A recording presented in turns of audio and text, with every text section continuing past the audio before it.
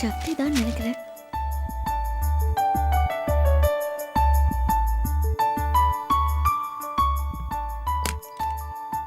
வாங்க Shakti. Hi, good morning. Good morning. 7:30 மணினா கரெக்டா 7:30 மணிக்கு வந்துட்டீங்க. அதனால தான் சக்சஸ்ஃபுல் பிசினஸ் பண்ணா இருக்கா. இதான் என் அண்ணன் கார்த்திக். ஹாய், ஏற்கனவே நம்ம வீட்டில் பார்த்துருக்கேன்னு நினைக்கிறேன். ஆமாம், உட்காருங்க, பேசிட்டு இருங்க, வரேன்.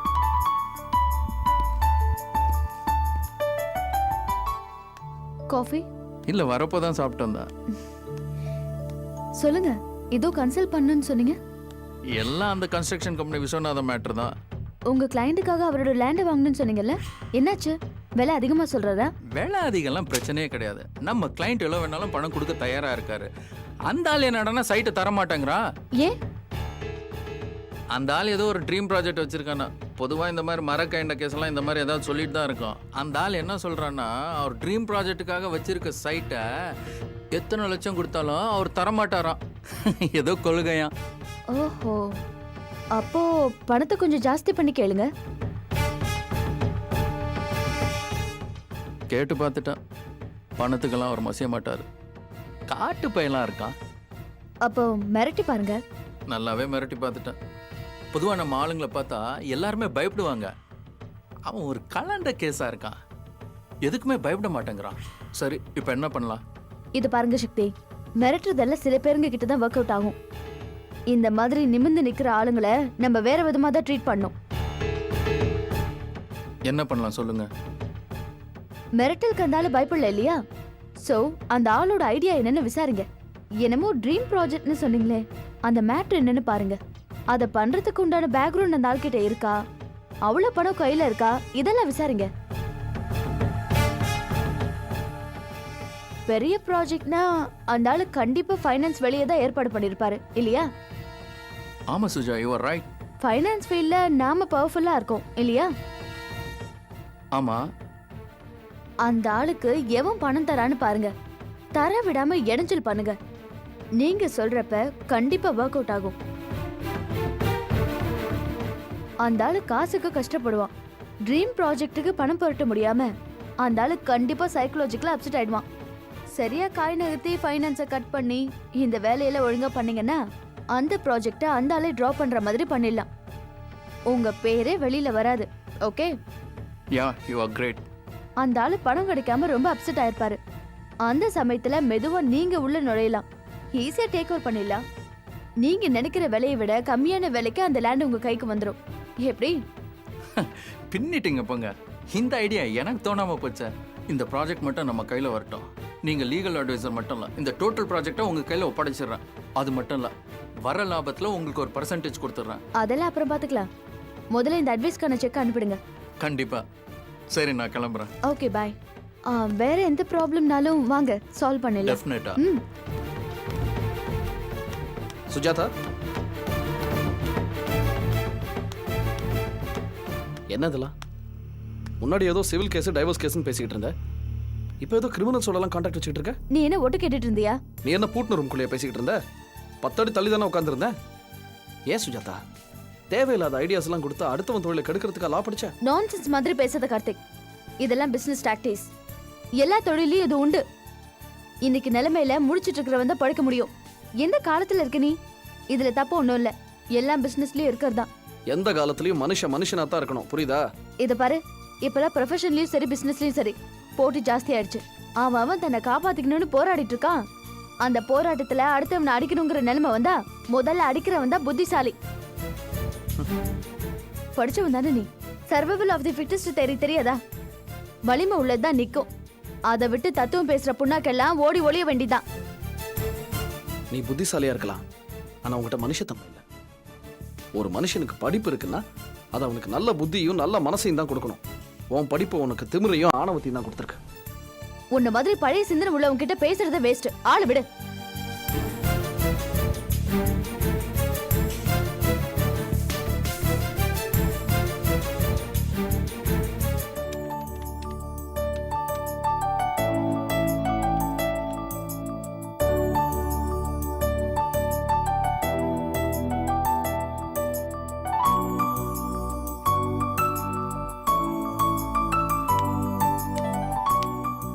என்ன அபி, ம்? இன்னைக்கு என்ன ஸ்பெஷலா லஞ்ச் கொண்டு வந்திருக்க? ஒண்ணும் இல்ல, புளியோதரையும் சட்னியும். என்ன இன்னைக்கு ஆர்டினரியா இருக்கு? ஏதோ அவசரத்துக்கு அதை செஞ்சு கொண்டு வந்தேன். ஓகே. ஆமா, உஷா எங்க? உஷாவா? ஆ. கீழே ஏதோ புதுசா ஃபாஸ்ட் ஃபுட் ஓபன் பண்ணிருக்காங்களா, அங்க சாப்பிட போயிருக்கா. ஓகே. நீங்க சாப்பிட வரல? வரேன், கொஞ்சம் வேலை இருக்கு, முடிச்சிட்டு வந்துடுறேன். நீங்க ம். சாப்பிடுங்க. ஓகே.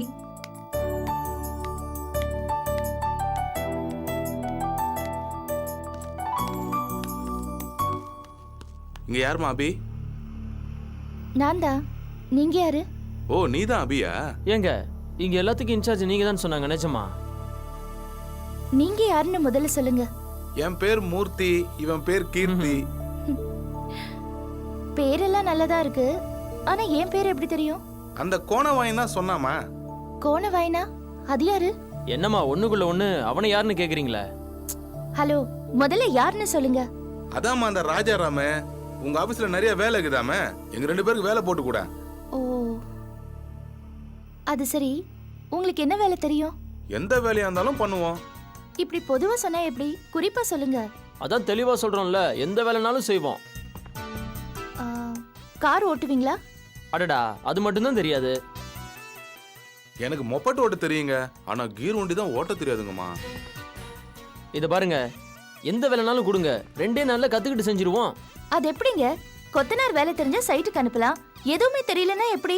இந்த பாருமா, நாங்க ராஜாராமுடைய நெருங்கிய நண்பர்கள்.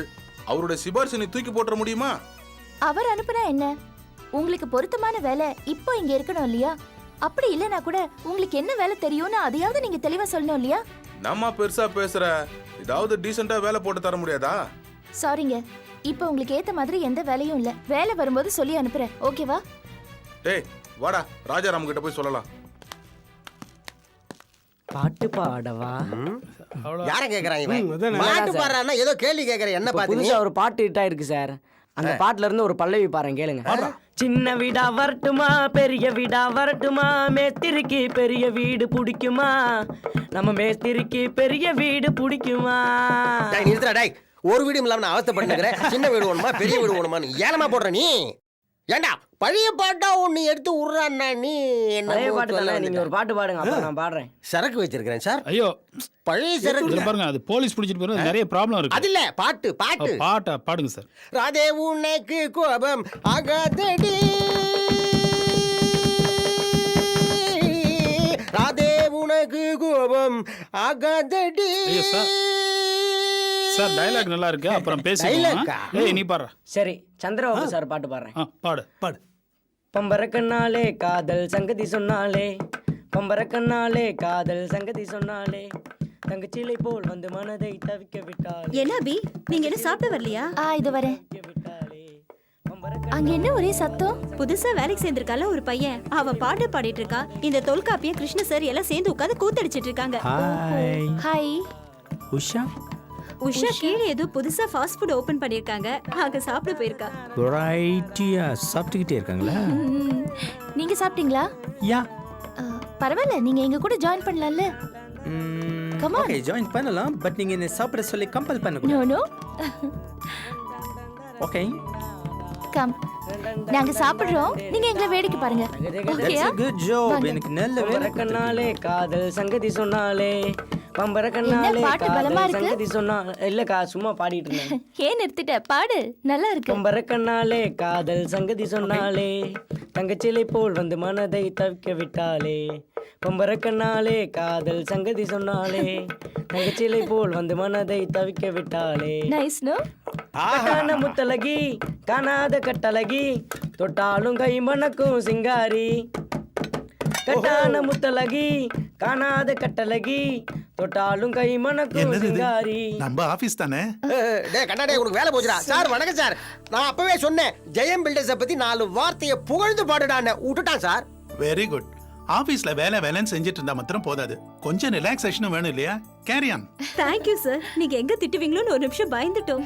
நான் ஏமா திட்ட போறேன்? லஞ்ச் டைம் தானே, என்ஜாய் யுவர் செல்ஃப். சார், இவர் மிஸ்டர் முரளி. நம்ம உஷாவை உஷாவை ப்ரப்போஸ் பண்ணிருக்காரு, பேச்சுவார்த்தை நடந்துட்டு இருக்கு. I see. I am Viswanathan, இந்த கம்பெனியோட boss. Hello, I am Murali. Nice meeting you. Mister Murali, நான் கூட நினைச்சிட்டு இருந்தேன் உஷாக்கு கல்யாணம் இன்னும் டிலே ஆயிட்டே இருக்கேன்னு. உஷா நல்ல பொண்ணு, டோன்ட் மிஸ் ஹர். ம் ஓகே, கேரி ஆன். அபி, நாளைக்கு விருந்துக்கு என் வீட்டுக்கு கட்டாயம் வந்துருவில்ல? வரோம் சார். இல்ல ஏதாவது சாக்கு போக்க சொல்லி போன தர மாதிரி என்னை ஏமாத்திராத. இல்ல சார், கண்டிப்பா வரோம். தேங்க்யூ. யங் மேன், நீங்க கூட நாளைக்கு உஷாவை கூட்டி என் வீட்டுக்கு வரலாமே. வரலாம், எனக்கு ஒன்றும் அப்ஜெக்ஷன் இல்லை. It's so nice of you. Carry on. Mrs Abhi, உங்க பாஸ் ரொம்ப ஈஸி கோயிங்கா இருக்காரு. நைஸ் காய். ஓகே, உட்காருங்க. உட்காந்து உட்கார்ந்து நீங்களும் எங்க கூட கொஞ்சம் இது சாப்பிடலாம். இந்த புளியோதரை, தயிர் சாதம் இதெல்லாம் சாப்பிட்றதுக்கு எனக்கு கொஞ்சம் மென்டல் ப்ரிப்பரேஷன் வேணும். மிஸ்டர் முரளி, இதெல்லாம் சாப்பிட்றதுக்கு வயிறு பசியா பத்தாதா? There you are. மிஸ்டர் துல்ச கேட்டா இந்த தயிர் சாதம், புளியோதரை இதுக்கெல்லாம் பெரிய தேரி வச்சிருப்பார். அதுக்கு ஒரு சமூக காரணம், வரலாற்று காரணம்னு நல்லா அளந்து விடுவார். இல்ல சார்? ஓ, விக்கல் வந்துடுச்சா? மிஸ்டர் துல்ஸ், என்னாச்சு? இதுக்கெல்லாம் ஒரு சமூக காரணம் கிடையாதுங்க. பொறை ஏறிடுச்சு, அவ்வளோதான்.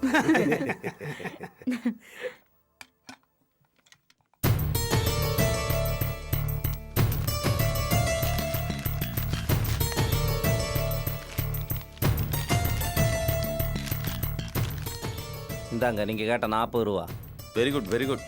கொஞ்சம் முன்னாடியே எதிர்பார்த்தேன். சின்ன தொகையை உடனே கொண்டாடுறக்கு 40,000 ரூபா பெறட்டுக்குள்ளே நாக்கு தள்ளிருச்சு. ராஜேந்திரா, பழம் பறிக்கணும்னா மரத்துக்கு தண்ணி ஊற்றி தான் ஆகணும். முதலீடு செய்யாமல் லாபம் சம்பாதிக்க முடியுமா? கவர்மெண்ட் வேலை கிடைச்சதும் 4 மாசத்துல இந்த 40,000 அடைப்பட்டு போவாதா? அதை நம்பித்தான் அடிமாறு தோமாறு போட்டு இந்த காசை கொண்டாந்துருக்கோம். சட்டு புட்டுன்னு முடிச்சு விடுங்க. முடிச்சிடலாம். அப்போ எப்போ வேலைக்கு சேர்றது? சீக்கிரமே சேர்ற மாதிரி இருக்கும். அப்போது நாளைக்கே சேர்ந்துடலாமா சார்? ஆடை என்னப்பா நீ, அப்பாயின்மெண்ட் ஆர்டர் ரெடி பண்ண வேண்டாமா? உன் சர்டிஃபிகேட்டு, பயோடேட்டாலாம் வெரிஃபை பண்ண வேண்டாம்? எல்லாம் முடிஞ்ச உடனே ஆர்டர் வீடு தேடி வரும். எம்பிட்டு சம்பளம் கிடைக்குங்க? 10,000க்கு மேலே வரும். கரெக்டாக எவ்வளோ தொகை வரும்னு அப்பாயின்மெண்ட் ஆர்டர்லேயே தெளிவாக டைப் பண்ணி வரும். பார்த்து தெரிஞ்சுக்குங்க. ரொம்ப நன்றிங்க. அப்போ நான் கிளம்பிட்டுங்களா? சந்தோஷமா வரேன் போயிட்டு சார். வாமாப்ல.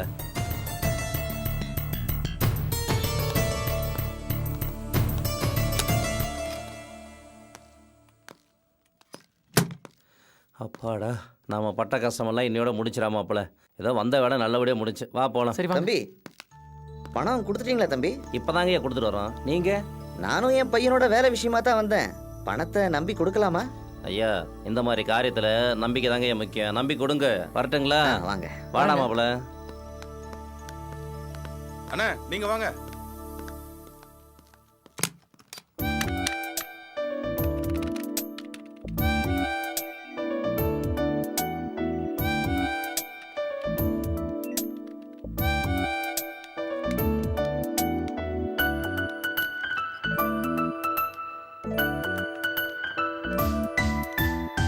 ஹாய். ஹாய். என்ன ஞாபகம் இருக்கா? ஷுவர். நீங்க கார்த்திகோட சிஸ்டர் தானே? ம். என்ன திடீர்னு இந்த பக்கம் வந்திருக்கீங்க? கார்த்திகோட சொன்னாரா? உங்களை பார்க்க தான் வந்தேன். என்ன பாக்குறதுக்கா? உங்ககிட்ட கொஞ்சம் தனியா பேசணும். அப்படியா? சரி, வெளியில போய் பேசலாமா?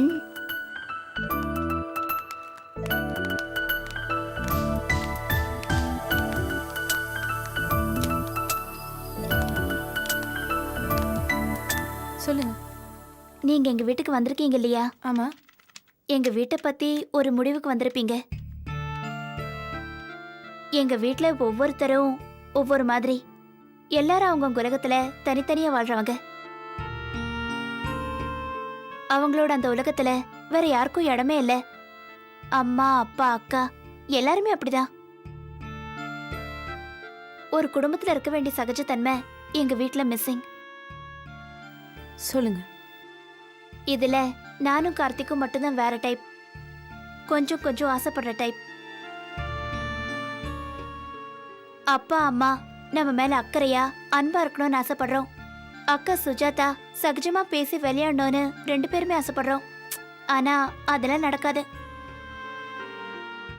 அப்பாவுக்கு தண்ணி தான் உலகம், அம்மாவுக்கு சமையல் ரூமும் அக்கம் பக்கத்து பிரச்சனையும் தான் பெருசு. சுஜாதா அக்காவோ வேற மாதிரி. அவளை பொறுத்த மட்டும் நானும் கார்த்தியும் பழைய டைப். சென்டிமெண்ட் பாக்குற பைத்தியங்கள்னு நினைக்கிற டைப். அதெல்லாம் சரி, ஆனா எதுக்கு உங்க ஃபேமிலிய பத்தி இவ்ளோ டீடைலா என்கிட்ட சொல்றீங்க? காரணமா தான் மேடம். எங்க அண்ணன் ரொம்ப நல்லவன். எங்க குடும்பம் இப்படி ஒருத்தருக்கு ஒருத்தர் ஒட்டுதல் இல்லாம இருக்கிறதுல அவனுக்கு ரொம்ப வருத்தம். எப்பவுமே ஒரு விதமா விட்டைத்தியா இருப்பான். சமீப காலமா அவனுக்கு உங்க மேல ரொம்ப இன்ட்ரெஸ்ட் வந்துருச்சு. அவன் உங்களை ரொம்ப டீப்பா லவ் பண்றான். உங்ககிட்ட பேசி நீங்க ஏதோ சொல்லிட்டீங்க போல இருக்கு. அவன் ரொம்ப அப்செட் ஆயிட்டான்.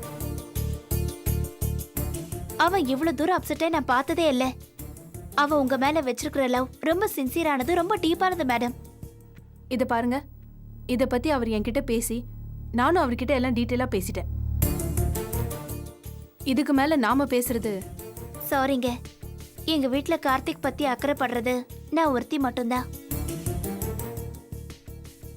எனக்கு அவன் வருத்தத்தை பார்த்து சங்கடமா இருக்கு. அதான் உங்ககிட்ட வந்து பேசலான்னு வந்தேன். இத பாருங்க, இப்ப எனக்கு ரொம்ப குழப்பமா இருக்கு.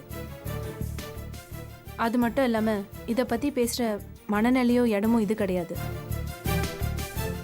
நாம வேற ஒரு சமயம் இத பத்தி பேசலாமே. அப்படிங்களா? ம்.